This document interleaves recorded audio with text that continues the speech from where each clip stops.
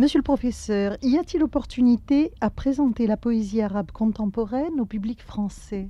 Eh bien, il y a une opportunité d'autant plus grande que ce public connaît en réalité fort peu de choses sur la culture arabe contemporaine, ou même ignore qu'il y ait une culture arabe contemporaine, au moins une culture en train de se faire, et où, à mon sens, la poésie occupe une des premières places, sinon la plus grande place.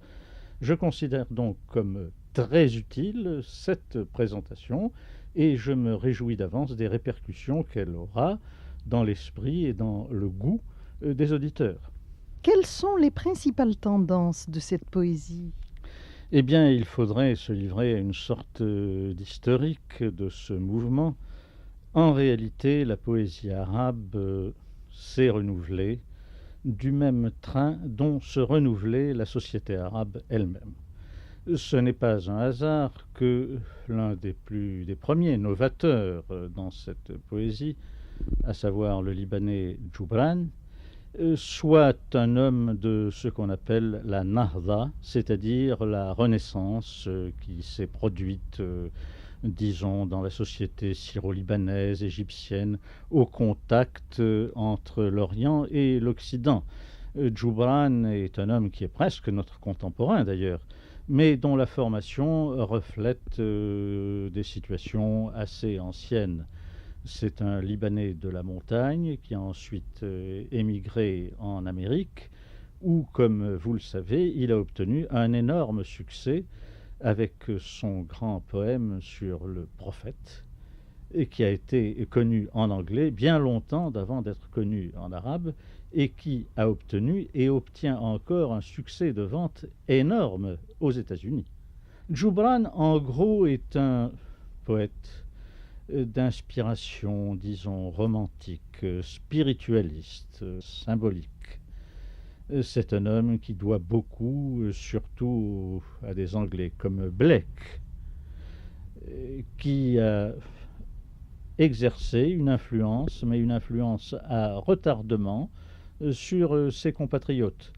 Au fond, c'est depuis une dizaine d'années seulement qu'il émerge dans le monde arabe ailleurs que dans son Liban natal, n'est-ce pas?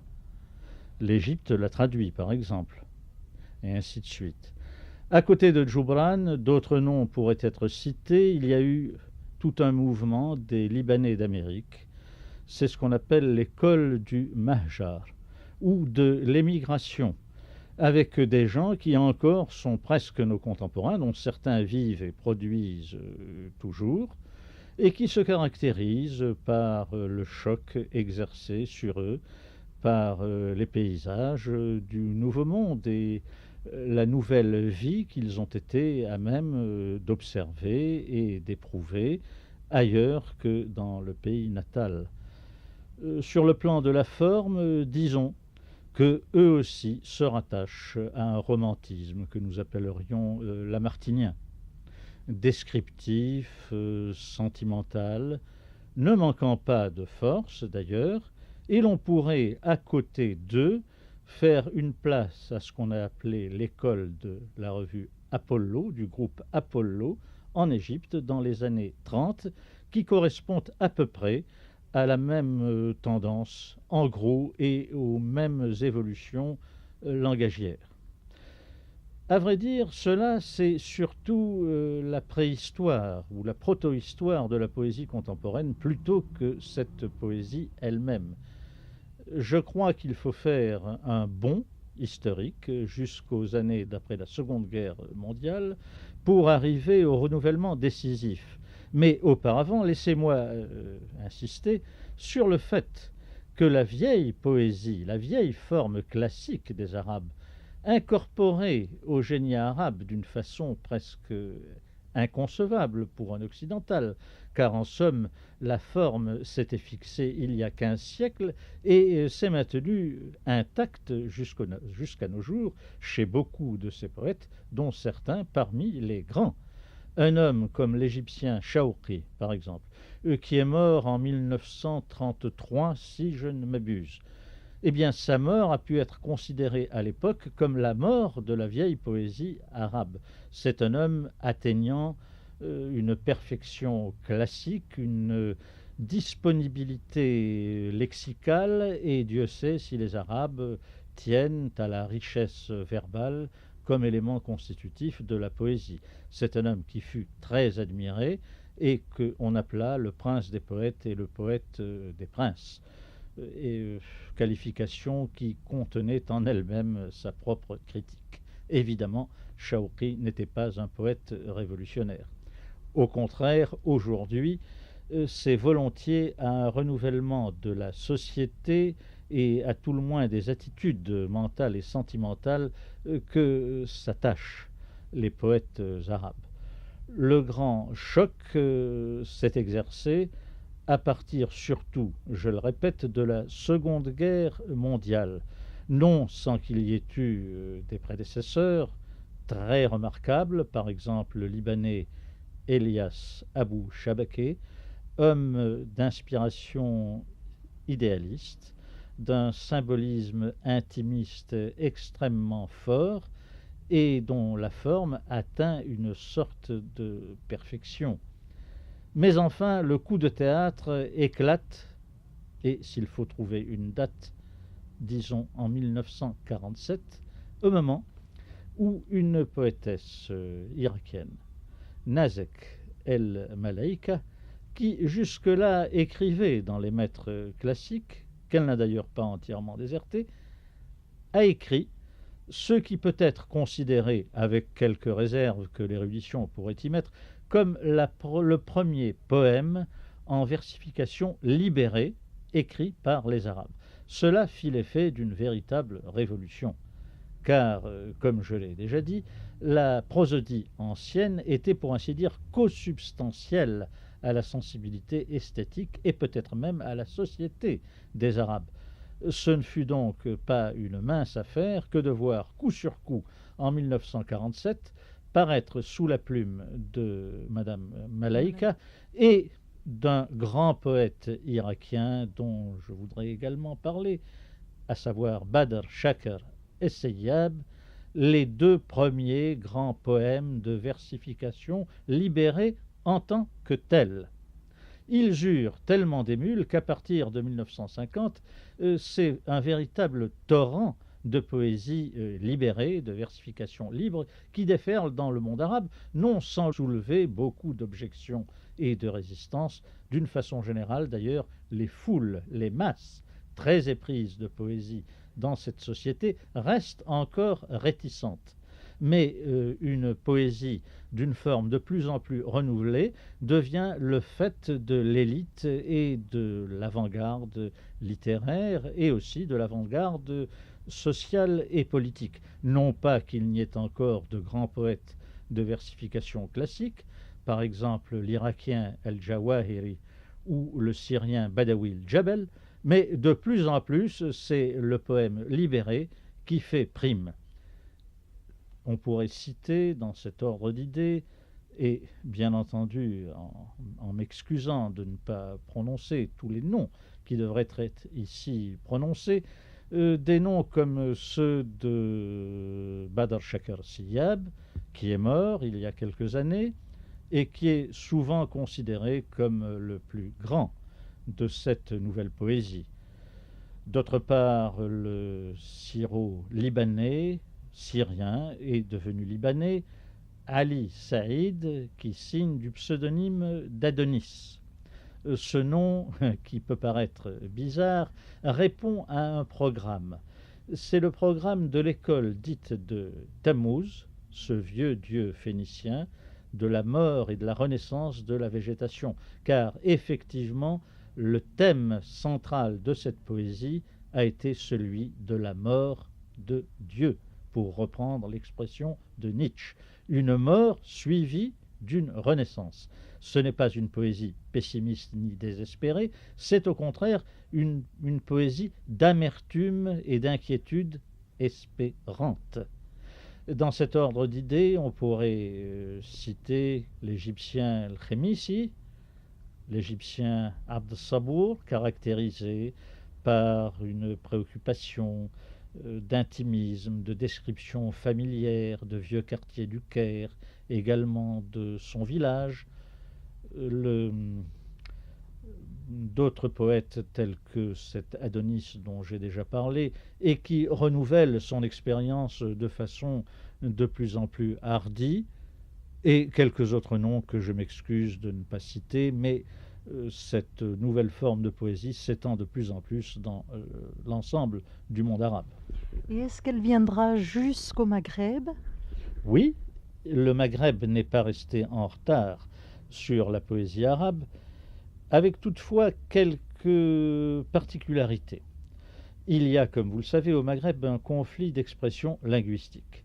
Et il s'est trouvé que dans les derniers temps de la colonisation, un mouvement littéraire a produit quelques-unes des plus grandes productions maghrébines, mais en langue française.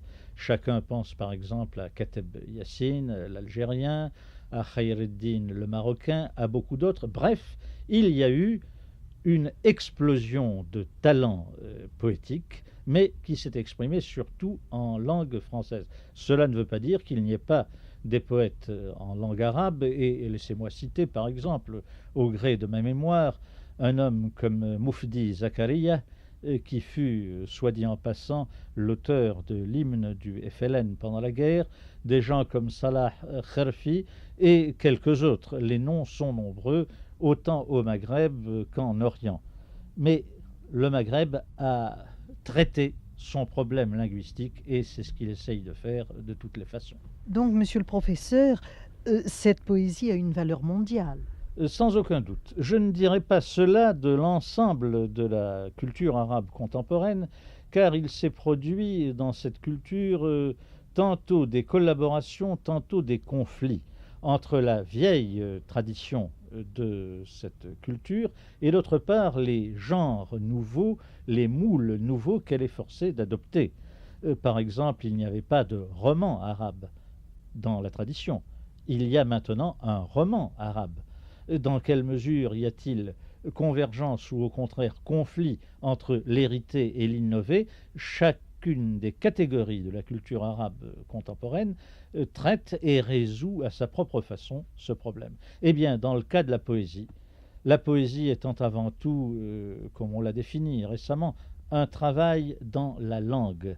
Et le flot linguistique étant parmi les forces les plus permanentes de la civilisation arabe, les Arabes ont abordé de plein fouet les nouvelles formes d'expressivité poétique empruntées aux Français et aux Anglais. Par exemple, le grand poème de Eliot sur la terre dévastée a joué un rôle décisif dans l'orientation de cette poésie. Les Arabes ont donc emprunté ces nouveaux genres et s'y trouvent fort bien. Il y a là une fécondation réciproque et l'on peut dire que plusieurs de ces poètes atteignent à la fois à une spécificité totale et à une mondialité indéniable. Ceci vaut pour un Sayyab, ceci vaut pour un Adonis, ceci vaut pour certains chants désespérés du Soudanais Faytouri, ceci vaut pour d'autres et d'autres que je m'excuse de ne pas pouvoir ici citer tous.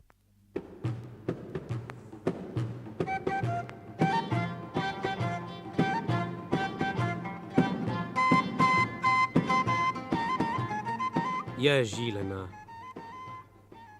يا جيلنا جيل الضياع والصراع والقدر، يا جيلنا الذي كفر بكل أمجاد البشر، يا جيلنا الشريد، يا جيلنا جيل الخطر، سماؤه صواعق تفور وأرضه زلازل تثور، وفي كيانه يعيش أنبياء كتبهم ثلاثة: الأرض والسماء والبشر.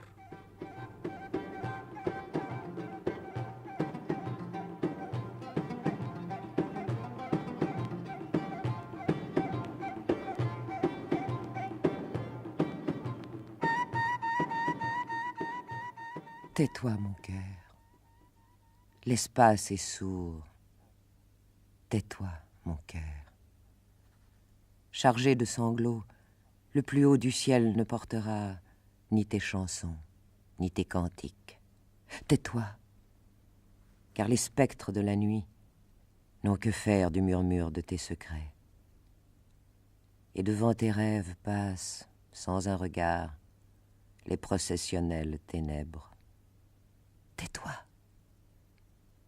L'espace est lourd, d'une odeur de dépouille.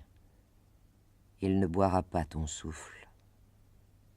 Mon cœur, tais-toi jusqu'au matin. Car à celui qui guette avec patience le matin donnera le baiser du désir. Amour.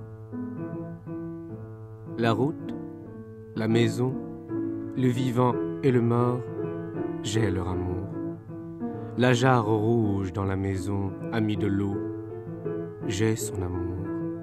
Le voisin, le champ, l'air et le feu, je sais leur amour. Et l'amour des bras qui peinent à travers joie, à travers peine.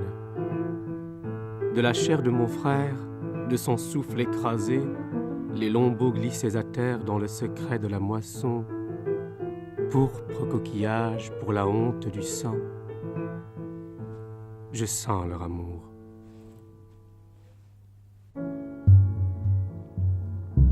أطلال قفي قدمي إن هذا المكان يغيب به المرء عن حسه رمال وأنقاض صرح هوت أعاليه تبحث عن أسه.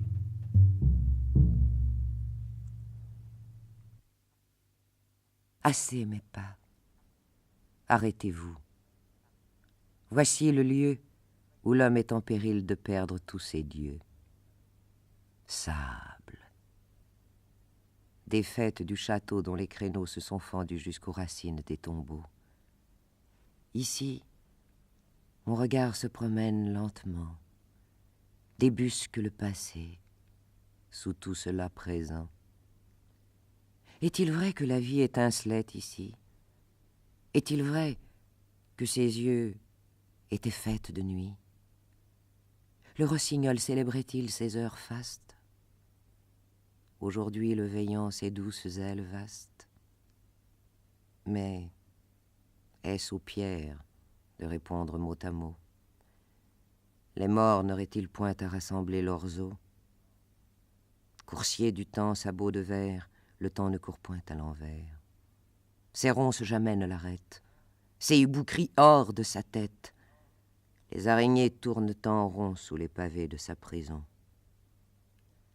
Le temps a usé la main désastreuse, la main griffée aux rêves déilleuses. Ici, l'esprit poignarde ses fantômes. Ici, la mort se suicide et se nomme. L'émigré. À tes lèvres le rameau de tristesse, oiseau migrateur. Pour toi le seul est dans la mer, et l'éphémère s'étend à toute la terre. Oiseau, nous aimons la mer, la terre des prophètes, les tresses des filles. Nous aimons le départ vers les villes étrangères, aux routes de neige, aux chansons éclatantes. Leurs portes sont de coquillages, leurs nuits tissées d'étoiles. Elles sont villes de cristal, coupes, faites pour le vin.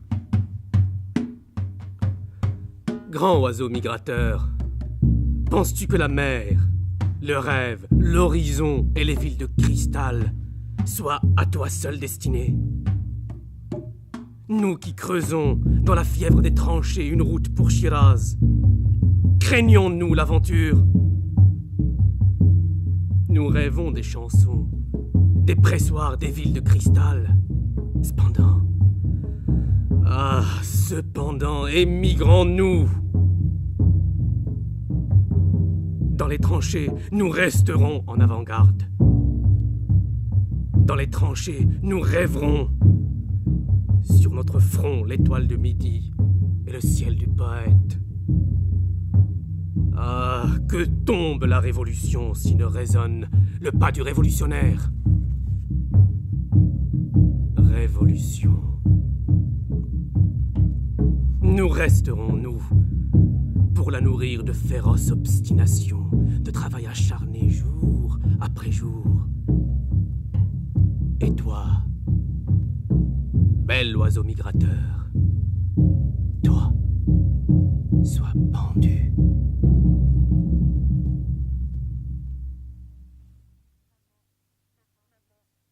Maman! Et puis le râle, le sanglot, le noir. Le sang coule encore un peu. Le corps poignardé frissonne encore un peu. Les cheveux bouclés s'enlisent dans la boue. Maman! Mais ça, seul l'a entendu le bourreau. Demain c'est l'aube, et les roses au réveil. On entendra crier 20 jeunes années, et l'espoir enchanté. Alors dira la prairie et diront les fleurs, celle qui nous a quittés pour que honte soit lavée. Dans son village reviendra le bourreau sauvage. La honte, dira-t-il, et il essuiera son couteau. nous l'avons déchiré en 1000 morceaux. Nous voici revenus, sans tâche, le front haut, libre. Hé, patron! Un verre, du vin. Appelle la putain, la langoureuse au souffle gros de parfum. Pour ronçon de ses yeux, je donne le Coran. Et Dieu sait quelle destinée. Remplis ton verre, bourreau. La honte, seule la victime peut l'effacer. L'aurore viendra. Les filles demanderont « Où est-elle » La bête de sang répondra « Nous l'avons tuée. Cette tache à nos fronts, nous l'avons lavée. » Les voisines raconteront son histoire, et puis les palmiers du quartier. Pas une porte de bois n'oubliera. Les pierres répéteront « Lavez la honte, lavez la honte. » Oh, voisine, fille du village, nous ne pourrons pétrir le pain qu'avec nos larmes. Nous couperons nos tresses, écorcherons nos mains, afin que reste pure et blanche la tunique virile. Ni sourire, ni fête, ni regard. Le couteau nous guette dans la main de nos pères, de nos frères. Qui sait quel désert demain, pour laver la honte, nous ensevelirait.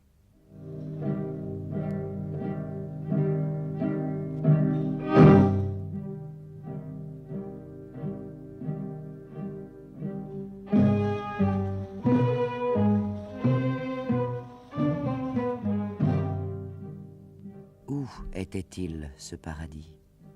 Ève et Adam, et la pomme de Satan, Had et Tamoud, où étaient-ils?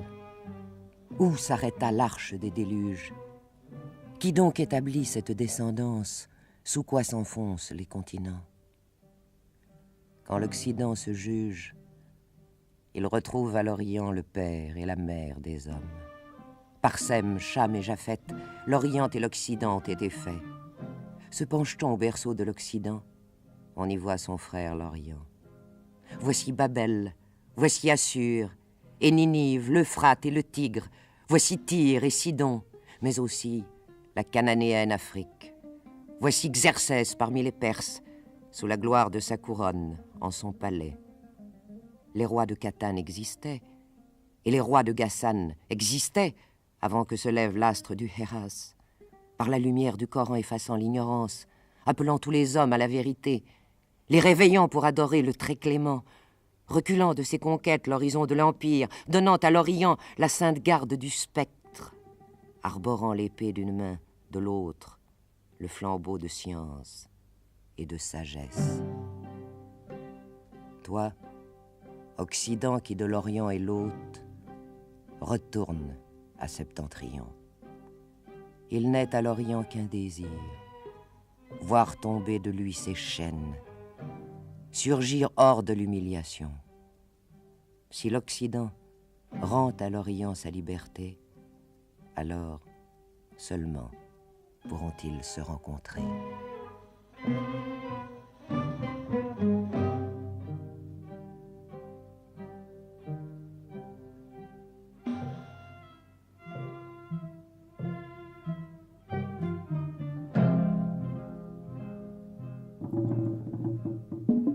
Poésie, oh mon défi.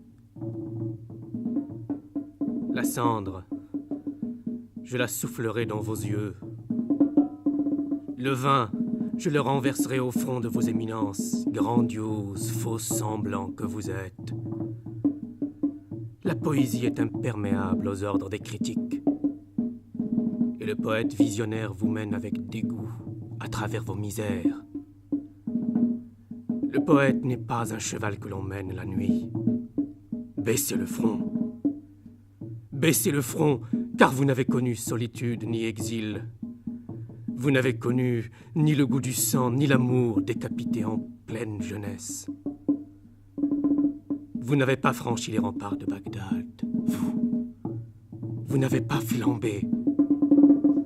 Flambé comme des torches. Mais le vrai poète meurt cette nuit, poignardé par son secret.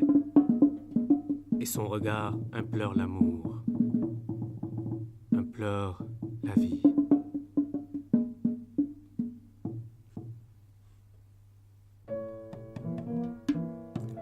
سعال الليل وتهتف بي نعاسك طال وهذا الليل يعصف بي يؤج النار في جسدي تعال تعال فعندي الوجد والمصباح في خمري أضواؤه وعندي ذهلة الحاضر جبان أنت إن لم تأتي دلو ناضب الماء. Elle disait, ton sommeil s'est prolongé, mais en moi, la nuit se déchaîne et souffle sur le feu de ma chair. Viens, oh viens, l'amour est chez moi, et la lampe dont la lumière est couleur de vin. Chez moi, l'extase de l'instant. Si tu ne viens, tu es peureux, tu es l'urne dont l'eau a tari. Viens, viens. J'ai baigné ce soir de parfum, et il est dans ma poitrine des secrets qu'elle te confiera si tu viens. Mon sein est prisonnier, il se plaint. Viens. Point d'étoile dans mon cœur, ni de lumière. Viens. Notre nuit est une histoire, la cime d'une ivresse souveraine.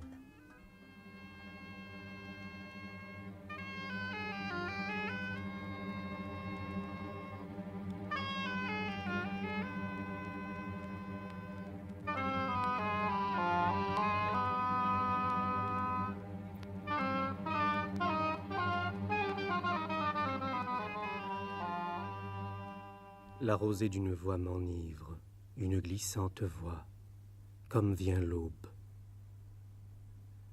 Mais moi, je suis comme Antar, patient, patient et valeureux à l'heure de la mort. À la cascade, je ne donne mon baiser qu'au point extrême de sa chute. Je veux être libre, comme la vague vivre, comme le nautonnier fendre le fleuve du silence. Vivre au sein de la tempête et du tonnerre, errer dans les forêts sauvages, Partir. Je veux partir seul, drapé du manteau de la nuit, précédé de mes pressentiments. Ma belle, en toi la violence de l'eau, l'humidité du caméléon, moi, quelques éclats. Devant l'outre de vin, j'étais le désir, doux entretien la nuit, sous la pluie. Mais en mon âme, j'ai tué la nuit. L'étincelle de mes songes n'est plus sur le cadavre de mes sens. Laisse-moi au sommeil d'hier, parlant à tort et à travers comme un homme ivre-mort. Je demeure. Laisse-moi dans l'enfance de mon rêve passé. Laisse-moi derrière la porte verrouillée. Non. Non, n'ouvre pas. Je vais fuir si tu ouvres la porte. Fuir dans d'immenses forêts, à la dérive.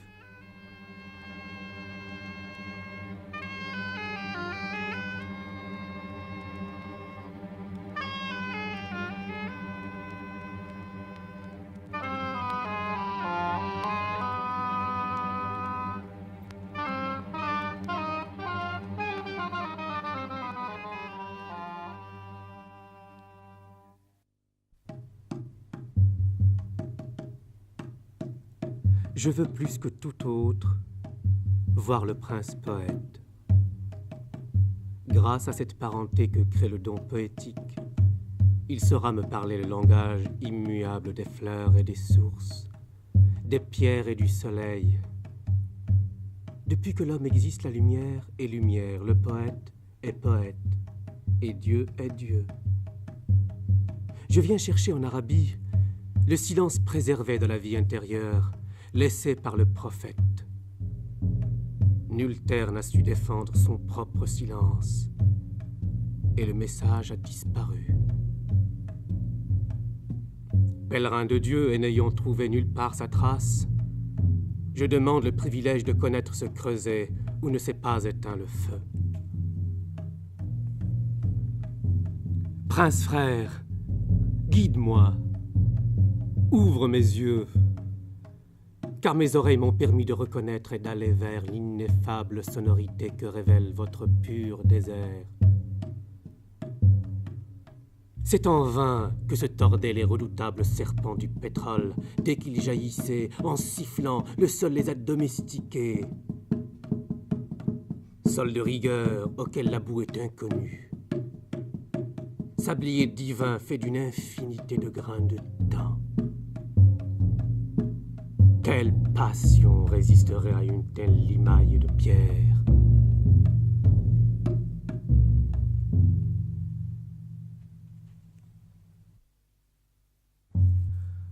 بغداد عام 54. أعمدة الكهرباء تحت سماء الموت والساحات مقفرة مقرورة في فمها يحتضر الضياء كأنها صلبان مقبرة.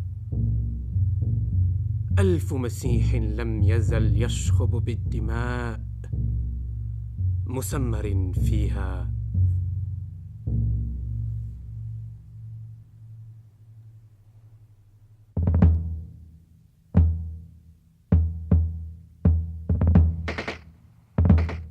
Les poteaux électriques sous le ciel de la mort et les places, bouches nues et froides, organisent la lumière, sont semblables aux croix d'un cimetière. 1000 messies encore sanglants y sont cloués. À travers les routes endormies dans le massacre, pleurent dans la nuit, sous les lampes éparpillées, des femmes en groupe. Chaque mère est une Marie. Elle mendie dans le soir, le vent hurle avec les démons, une bouchée de nourriture pour son petit, sans espoir.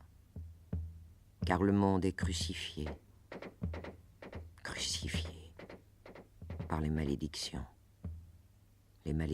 du malheur.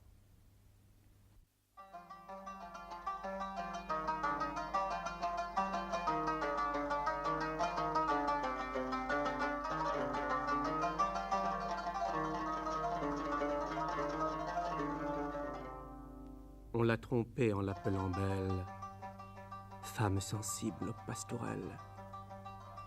Vrai a-t-elle oublié mon nom? Quand les amoureux viennent et vont, elle me voit et se détourne. Oh, souvenir qui s'en retourne. Quel sourire, quel regard pourtant faisait nos délices d'antan. Nous nous séparions pour guérir, malades l'un de l'autre, à gémir quand nous étions... Ah, ne dis rien. Deux amoureux que l'amour tient, la chasteté veillant, les passions, sagement.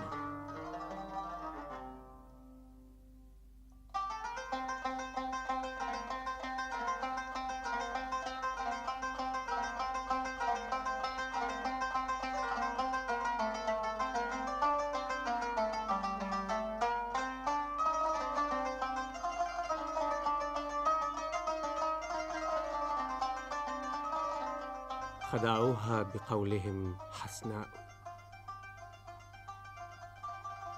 خدعوها بقولهم حسناء والغواني يغرهن الثناء ما تراها تناست اسمي لما كثرت في غرامها الأسماء إن رأتني تميل عني كأن لم يك بيني وبينها أشياء نظرة فابتسامة فسلام فكلام فموعد فلقاء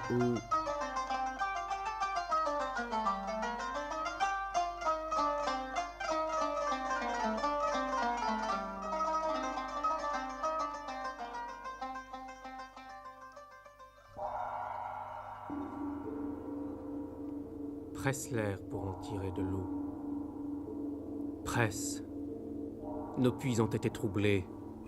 Les ennemis les ont troublés par du poison.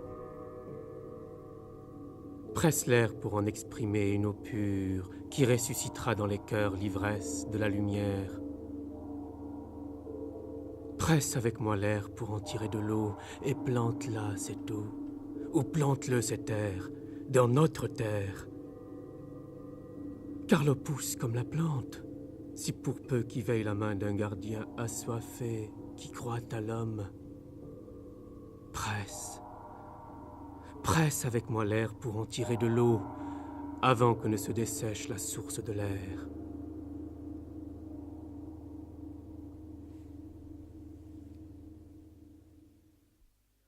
C'est ici l'oasis de l'été.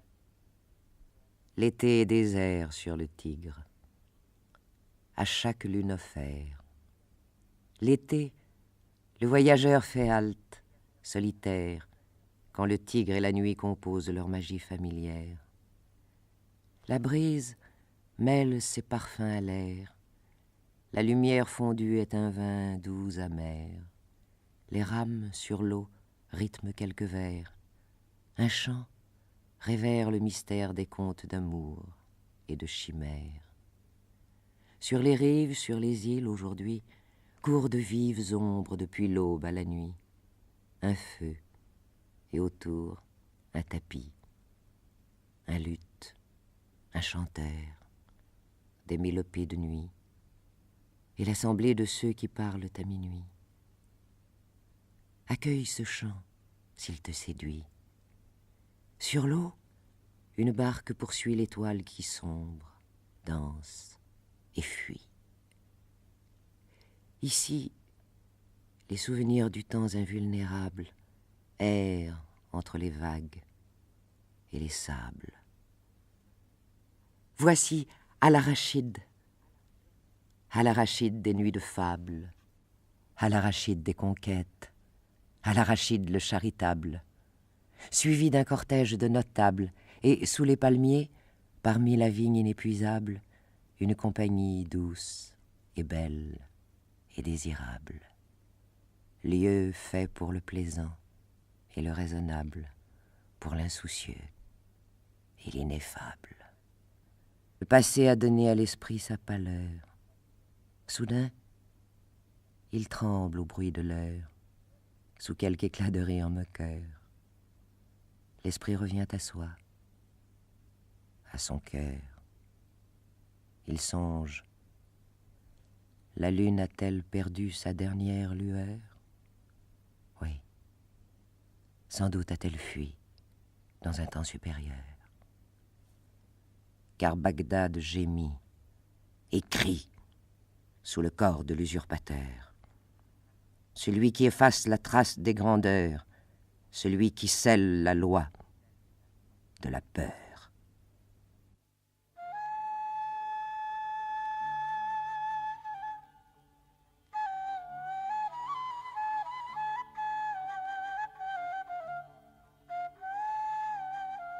القمر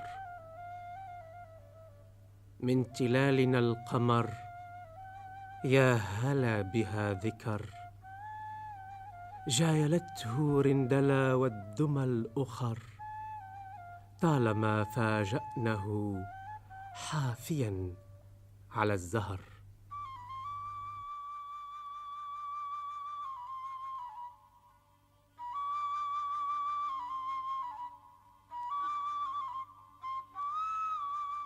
La lune est de nos collines. Dites-le, sait-elle? Rindala a son âge, les autres belles aussi. Souvent elles l'ont surprise, jolie pieds nus dessus les fleurs. 1000 folies ont déchiré sa robe, sans peur et sans tristesse. Oh non, car ces robes, nous les tissons. Les vierges autour d'elle, sur les collines, son collier d'étincelles, un rire à tire-d'aile, des chansons à la traîne. Et la nuit qui prend refuge au pli de ces images ivres, se livre aux flûtes sans aïeux et monte les collines plus loin que le regard. La vie, lune, dites.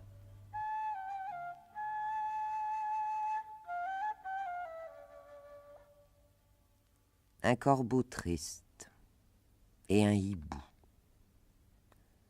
Un pied de montagne, un berger maigre, étiré. Ah, quelle longueur entre désespoir et pauvreté. Une veuve, des enfants et la faim. Les larmes dans les yeux sont neiges et cierges. Une pauvre maison éboulée sur ses gosses et vide. Et mon cœur, et le visage de mon pays. Tout cela comme une chanson arménienne.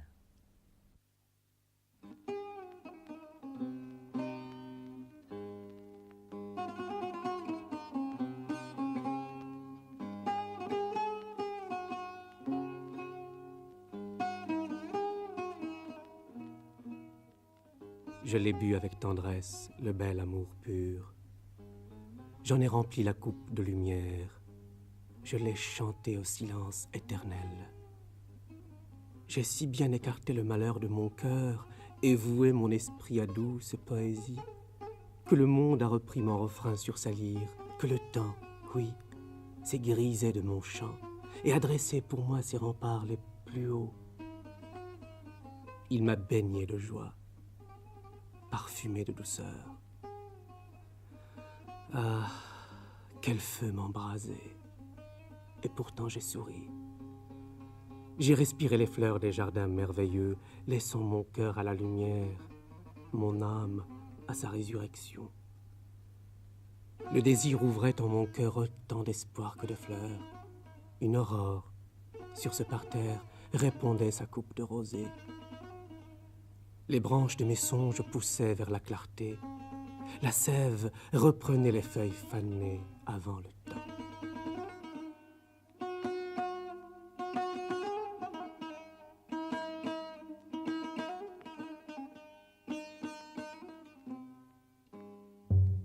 Algérie. Peuple aux têtes ployées, écrasé sous le poids du voisin, sache, l'Arabe était roi jadis, de la terre jusqu'à l'étoile du matin. Toi, Sur le sol où tu naquis, n'auras-tu conquis pouvoir ni honneur? Vrai patrimoine est ton pays. Garde, veille, défends. Défends-le. Cette terre est ta mère où pour toi brille le soleil. Aime-la. Vénère-la. Ta seule religion est ton trésor. Ne t'en écarte point encore. Que ta vie soit une guerre. La défense du faible. Arme-toi. N'admets pas. N'oublie pas. L'Arabe était roi jadis. De la terre jusqu'à l'étoile du matin.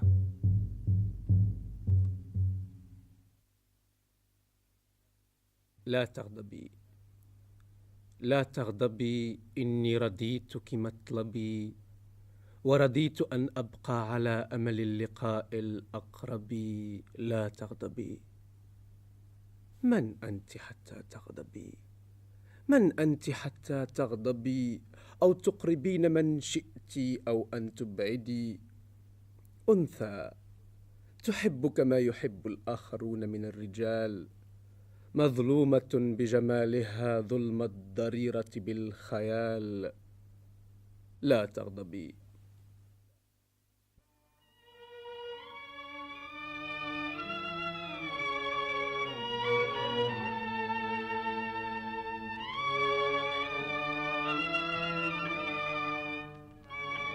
يحبني الطريق والبيت والحي والموت، وجرات في البيت حمراء يعشقها الماء. يحبني الجار والحقل والبيضر والنار، تحبني سواعد تكدح، تفرح بالدنيا ولا تفرح.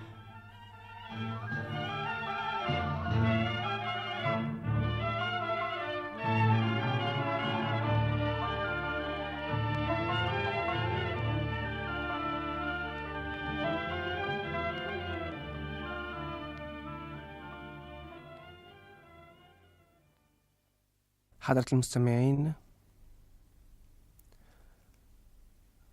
أشعار. Vous avez pu entendre les poèmes de Ahmed Shawqi, Shibli Mallat, Mohamed Al-Aid Khalifa, Jubran Khalil Jubran, Hassan Abdullah Qurashi, Saïd Akl, عمر أبو ريشة، محمد عبد الرحمن الكتاني، علي أحمد سعيد دي أدونيس، نزيك الملايكة، عبد الوهاب البياتي، كاظم جواد، جيرار مورغ، خليد الشواف، أحمد العدواني، سعيد يوسف، محمد الشابوني.